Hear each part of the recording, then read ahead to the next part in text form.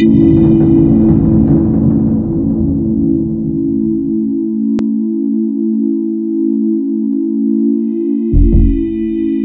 penser en profondeur.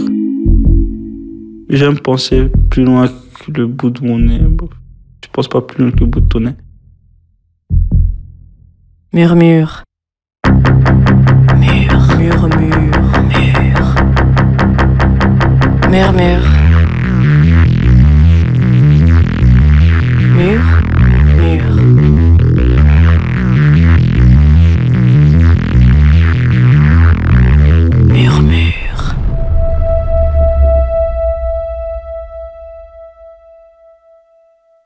Je m'appelle Lancine Camara, j'ai 22 ans.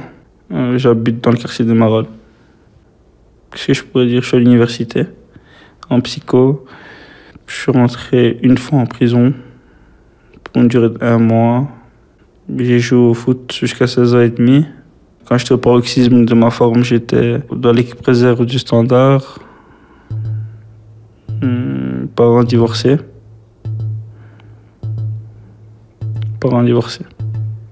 Je m'arrêterai là. Je suis arrivé là pour une bagarre. Je me suis battu dans une histoire dans laquelle j'avais rien à voir. Et je me sentais coupable. Et en formation, je me suis rendu compte que j'étais aussi victime. J'étais victime du fait d'être coupable. On va dire ça comme ça. J'aurais pu être incarcéré pour ce fait. Si j'étais rentré en prison pour ça, j'aurais trouvé ça trop injuste parce que je m'en rendais pas compte, mais il y a trop de facteurs qui ont fait que j'en suis arrivé là. Et je pensais déjà avoir fait la paix avec moi-même et d'avoir tout compris, mais Arpège Prélude, ils m'ont aidé à rentrer plus en profondeur dans le problème, à prendre conscience de mes émotions et à éviter ce genre de situation. Si on m'avait puni pour ce fait, je serais rentré en prison, je serais sorti, je n'aurais pas travaillé sur ce qui s'est passé. Donc là, vraiment, on a fait un travail, on est rentré dans ce qui m'avait amené à avoir ce comportement violent. Et on nous a demandé de faire notre ligne du temps émotionnel. Donc avant les faits, qu'est-ce qui s'est passé, qu'est-ce qu'on s'est dit, tac, tac. Puis je me suis rendu compte que déjà j'avais une pression, parce que moi j'ai un quartier, tout ça. Donc comme si j'avais quelque chose à prouver aux gens, donc à me prouver à moi-même. Donc voilà, je voulais pas perdre la face. Donc il y a la pression sociale, je peux dire, c'est une forme de pression sociale. Puis il y a l'engrenage. J'aurais dû sortir de ce conflit, mais j'y suis resté. Puis ça a débordé. Quelque chose que j'ai réalisé, c'est que moi, depuis que je suis petit, je suis quelqu'un de très peureux. J'ai peur. J'ai peur, mais je suis courageux. Donc c'est un peu bizarre. Moi, si je me bats avec quelqu'un, dans ma tête, je me mets en instinct de survie. Parce que si on se bat, c'est 1 contre 1. Donc c'est où je gagne, tu perds. Voilà. Quand j'ai peur et que je me bats, c'est assez rigide. Hein? C'est mon instinct animal. Déjà, il faut que j'évite la bagarre. Et j'ai pris conscience que je ne devais pas me battre. Parce que quand je me bats, ça prend souvent des... Je contrôle plus. Je contrôle plus. C'est la peur de mourir.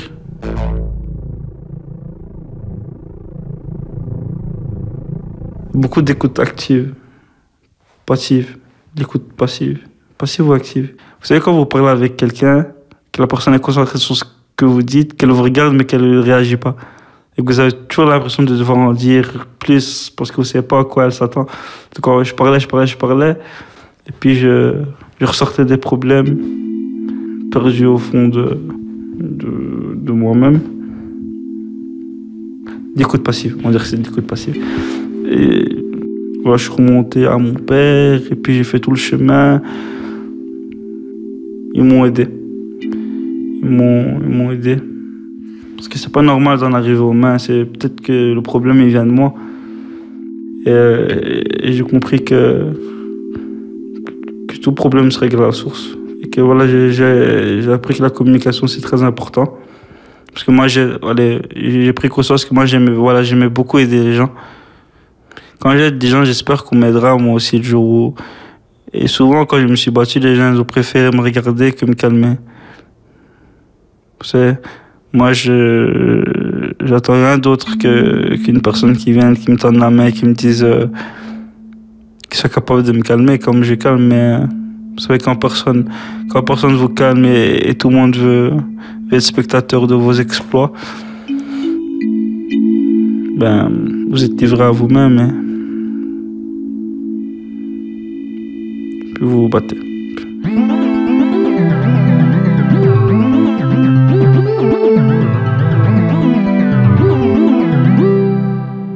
Ça fait une semaine que je suis sur une série que je regardais avec ma sœur quand j'étais beaucoup plus jeune. Vu que quand je commence quelque chose, je veux absolument aller jusqu'au bout. Ça fait une semaine que je suis bloqué à la maison et que j'enchaîne épisode sur épisode. Gossip Girl, je sais pas si vous connaissez. Donc voilà, je suis à l'avant-dernière saison et vite que ce soit terminé. Vous savez, il y a beaucoup de coups bas et je suis pressé que les coupables soient démasqués. Et voilà, épisode sur épisode, à chaque fois des coups bas et puis des histoires de... Voilà, j'aime bien. C'est le suspense, quoi. Serena, moi je l'aime pas parce que je la trouve trop naïve. Elle saute dans les bras du premier venu. Il suffit de lui dire je t'aime, je tiens à toi. Et ça me rappelle ma grande sœur qui a le même type de relation. On est 4 à la maison, 4 enfants et la maman. Une petite sœur de 9 ans, une grande sœur, donc elle a un an de plus que moi, elle a 24 ans. Un petit frère de 15 ans et la toute grande sœur, elle est plus à la maison. Et puis il y a ma maman. Et puis il y a moi. L'homme de la maison. Ça se passe bien, très bien. On va tous à l'école, ma maman y compris, parce qu'elle a travaillé pendant entre 10 et 15 ans, je pense. Donc comme elle était illettrée, il y a une école spéciale pour les personnes qui ne maîtrisent pas la langue française et tout ça. Donc elle va à l'école, comme nous.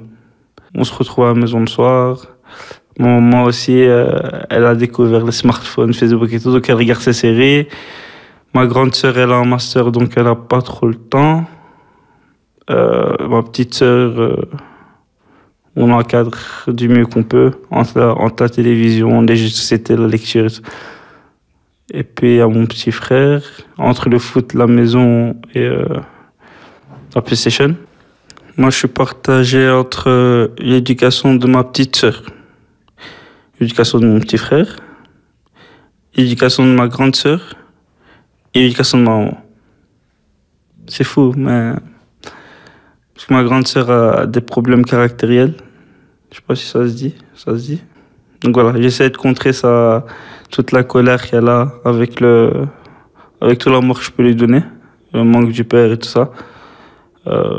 J'essaie de lui montrer que je suis pas son ennemi, son frère. Voilà, donc voilà, je l'éduque du mieux que je peux et ma maman aussi.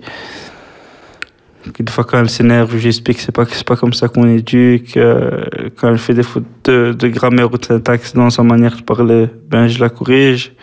Je l'incite à lire des livres, à sortir, voilà, on est ensemble. D'ailleurs, c'est notre expression. J'aime bien dire on est ensemble. C'est un rappeur, c'est les rappeurs qui aiment bien dire on est ensemble, il n'y a rien et tout. Donc moi, j'aime bien dire à un moment on est ensemble.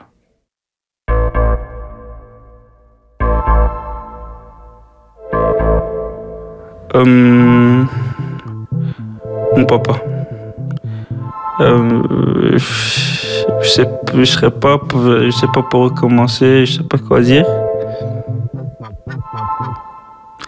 Allez, je vais parler de mon papa quand j'étais plus jeune. Du coup, quand il était encore à la maison, mon papa, il est très... Bon, je sais pas quel type de trouble de la personnalité là, mais il est très impulsif, très orgueilleux, il est agressif. Il manipule, c'est un manipulateur. Très fier aussi, il a du mal à reconnaître ses torts. Allez, c'est mon papa, je veux pas dire qu'il est lâche, mais disons qu'il manque de courage. Il était dur et puis, je sais pas si c'est dû à son éducation, mais il a du mal à exprimer son amour. Il a du mal à repérer l'amour que les gens peuvent lui porter. Il s'énerve très vite. Bon, voilà, il a beaucoup de défauts. Et voilà, c'est mon papa. Dire qu'il nous a mal éduqués, non. Oui et non. Alors non, parce qu'on aurait eu besoin de plus d'amour, plus plus d'affection de notre père, plus de beaucoup de choses. Mais pour ma part, l'éducation qu'il m'a donnée, ça m'a fait prendre conscience de certaines choses. Donc, vu que je l'ai vécu et que je veux pas le faire vivre aux gens, automatiquement, je me comporterai mieux par rapport à mes enfants et à tout un chacun. Par contre, si j'avais pas fait le travail que j'ai fait sur moi, j'aurais dit que ouais, non, il m'a éduqué parce que si j'étais quelqu'un de mauvais, bon, je sais pas si je suis mauvais ou si je suis bon, ça, je laisse Dieu en juger, mais et puis ça me rend plus empathique. Parce que je suis capable de ressentir ce que les gens ressentent. Quand mon papa était à la maison, c'était assez monarchique. C'était lui le maître incontesté. Quand il est parti, j'avais besoin de me sentir exister. Mais je sais que s'il était resté, j'aurais pas sombré dans la délinquance de cette même manière. Et d'un autre côté, c'est bien qu'il soit parti parce que je me suis fait. Ouais, j'ai pas vécu sous l'emprise d'un autre homme. Et quand il est parti, je suis sorti dans la rue, j'ai fait des bêtises, mais je me suis vu d'un autre œil, j'ai cheminé vers ce que je suis devenu aujourd'hui. J'ai une chambre lambda, quoi, pour un gars de mon milieu social. J'ai une télévision, j'ai une PlayStation, un lit et une armoire. Bon, après, j'ai acheté la barre de traction, un peu de musculation à droite à gauche, mais le plus important est là. La télévision, la PlayStation et l'armoire pour les habits. Donc, moi, je dors à côté de la chambre de ma maman. Elle le sait pas, mais un jour, je pense qu'elle parlait avec une de mes tantes. Donc moi, je l'entends. Et je crois qu'elle parlait du fait que mon papa était venu et qu'il était reparti, le divorce et tout. Et elle était assez émue. Tu vois, elle regrettait le fait qu'il soit venu pour se venger. Elle demandait comment elle allait faire toute seule. Donc voilà, la personne derrière, à l'autre bout du fil la rassurait et tout. Et ce jour-là, j'ai eu un déclic dans ma tête. Je me suis dit que j'allais jamais être un poids pour elle, financièrement déjà. J'ai été faire de l'argent de manière illicite et je l'ai fait souffrir plus qu'autre chose. C'est beaucoup plus profond que ça, je pense. J'avais besoin d'estime parce que quand vous passez 10 ans de votre vie à vous faire descendre tout le temps, je crois que j'avais besoin de beaucoup plus que ça. Donc voilà, comme je l'ai dit récemment à un ami, j'avais besoin d'être reconnu pour mes talents au foot. J'avais besoin d'être reconnu pour mes talents à l'école. J'avais besoin d'être reconnu pour mes talents dans la rue.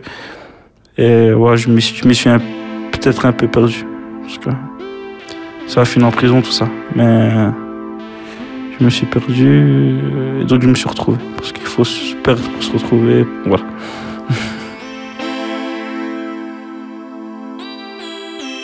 Bon, 14 ans, je suis dans la délinquance. Alors les IPPJ, tout ça, entre 14 et 16 ans et demi, 17 ans, on a fait les 400 mauvais coups avec les amis du quartier. Donc IPPJ. J'avais une juge, Madame Lézère, quand j'étais mineur, je ne l'aimais pas. Parce que dans ma tête, elle ne m'aimait pas. Elle faisait que me mettre en IPPJ et je ne comprenais pas. Elle me regardait, elle me disait, mais comment c'est possible ? T'as une maman, t'as une famille, tu vas à l'école, tu joues au foot. Comment c'est possible de... Et je crois que moi-même, je comprenais pas. Et donc, ça m'énervait. Donc, j'étais fâché contre moi. Donc, j'étais fâché contre elle. Et voilà. Donc, je finissais en EPPJ. Et puis, j'ai continué les bêtises. Et voilà. Et j'étais en procédure de dessaisissement. Dessaisissement, c'est quand votre dossier mineur, il est envoyé chez les majeurs. Donc, voilà. On va dire qu'à 16 ans et demi, 17 ans, vous pouvez finir en prison. Elle m'a pas dessaisi. Et déjà là, je me suis dit que c'était bizarre. Je me dis que la femme que je voyais comme méchante ne me dessaisit pas. Et puis là, j'ai pris conscience qu'en soi, elle faisait tout ça pour moi. Elle était pas là, elle voulait pas mon mal. Et puis je l'ai revue et elle m'a dit qu'elle espérait que ça irait bien pour moi. Je voulais pas la décevoir parce que je voulais lui en être reconnaissant. Donc je me suis calmé, mais j'ai pas totalement enlevé le pied de la rue.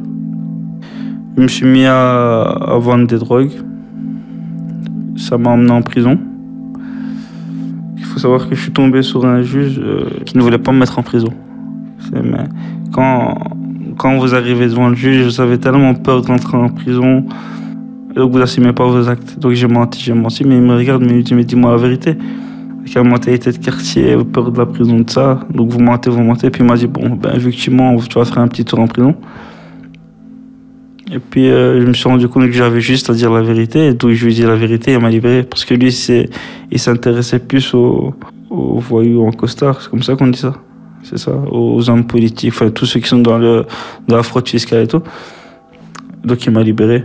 Pour ma part, ça a été positif pour moi, mais personnellement, moi, si c'était pas pour ma maman et pour mon avenir, moi, je serais sorti de prison. Je pense pas que j'aurais arrêté. C'est pas la prison qui m'a fait, c'est plus moi, dans mon introspection, qui me suis dit que voilà, fallait que j'aille voir ailleurs.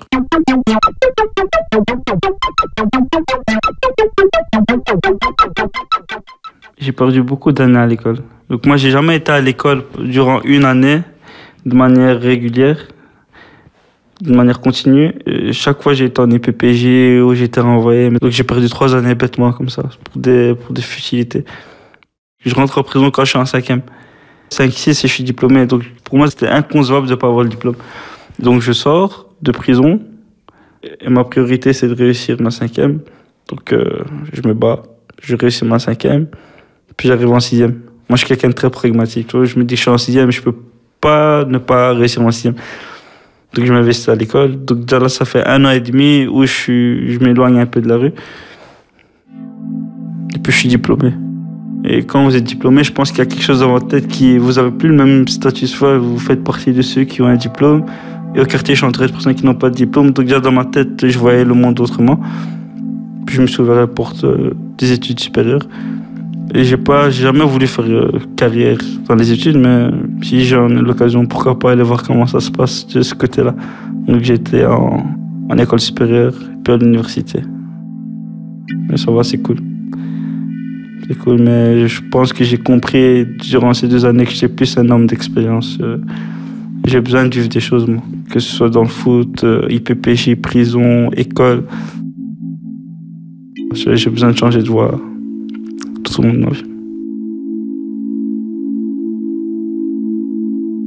On nous a conditionnés à aller vers le marché de l'emploi, à travailler, avoir un appartement, une voiture, et puis métro, boulot, dodo, faire des crédits à la banque, économiser, aller en vacances 2 semaines dans l'année. En prison, les gens se plaignent, on est des numéros, mais dans la société aussi, on est des numéros. Je sais pas, t'as un poste, t'es un numéro. Mais je me vois pas comme un numéro. Des fois, je me permets de penser loin. Je me dis qu'en soi, le travail, ça sert à rien. Il faudrait que chacun le fasse de son plein gré. Je pense pas faire partie des personnes qui sont faites pour métro, boulot, dodo. C'est pas possible.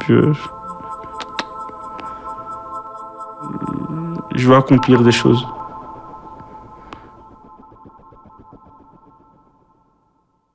La liberté, pour moi, c'est faire ce qu'on aime, dormir quand on veut. Ne pas se réveiller à cause du réveil. Moi, je suis contre le réveil. Voyager quand on veut, être libre de faire ou de ne pas faire. Et pas avoir de contraintes financières aussi. Pas de pression sociale. Enfin, c'est trop de choses. Je vais être libre. Je me sens pas libre ici. Je sais pas. En prison, je me sentais libre. C'est fou, hein. Parce que maintenant, on va dire que je suis en liberté. J'ai des amendes, j'ai la pression du travail, la pression de... Et puis, quand vous rentrez en prison, vous êtes là, seul avec vous-même. Et il n'y a que la prison, en fait. Vous êtes enfermé, mais il n'y a que ça. Et vous ne pensez plus qu'à être libéré. Et puis quand vous sortez de prison, directement, je dois faire ces papiers, je dois trouver du travail, je dois remettre mon statut. Enfin, je dois exister aux yeux de l'État, je dois faire ça, je dois trouver du travail, je retourne avec. Et c'est une autre sorte de prison. Je sais pas dans lequel des deux je me sens le plus libre. La prison, ça désocialise, ça coupe du monde, ça... Quand vous ressortez, vous êtes perdu. Puis il y a quoi quand vous êtes en prison et que vous sortez, on vous demande de vous réinsérer, mais vous n'êtes pas à vous réinsérer. Je vais pointer au chômage, je vais trouver du travail. Prouve-nous que tu existes, mais sinon on s'en fout. Quand on me demande de quoi j'ai peur, je dis souvent que j'ai peur de moi. Parce qu'il ne s'agit que de moi, en fin de compte. Toutes les peurs. Le monde est un reflet de nous-mêmes. Quand on dit qu'on a peur d'échouer, c'est on a peur de ne pas avoir le courage nécessaire que pour réussir. Donc on a peur de ne pas réussir. Donc tout part de soi. Là, je suis sévère avec moi-même. La vie, c'est un combat contre soi-même.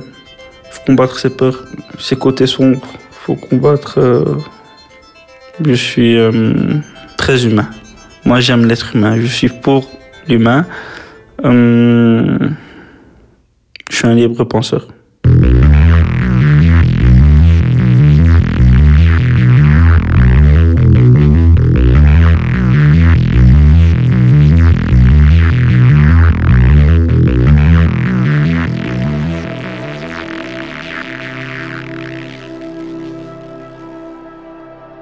Murmure est un podcast de Ambre Cizelet, produit par We Tell Stories.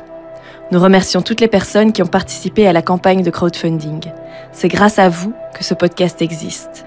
Merci à ceux qui ont témoigné et merci à l'équipe de la SBL Arpège Prélude pour son accueil et son soutien.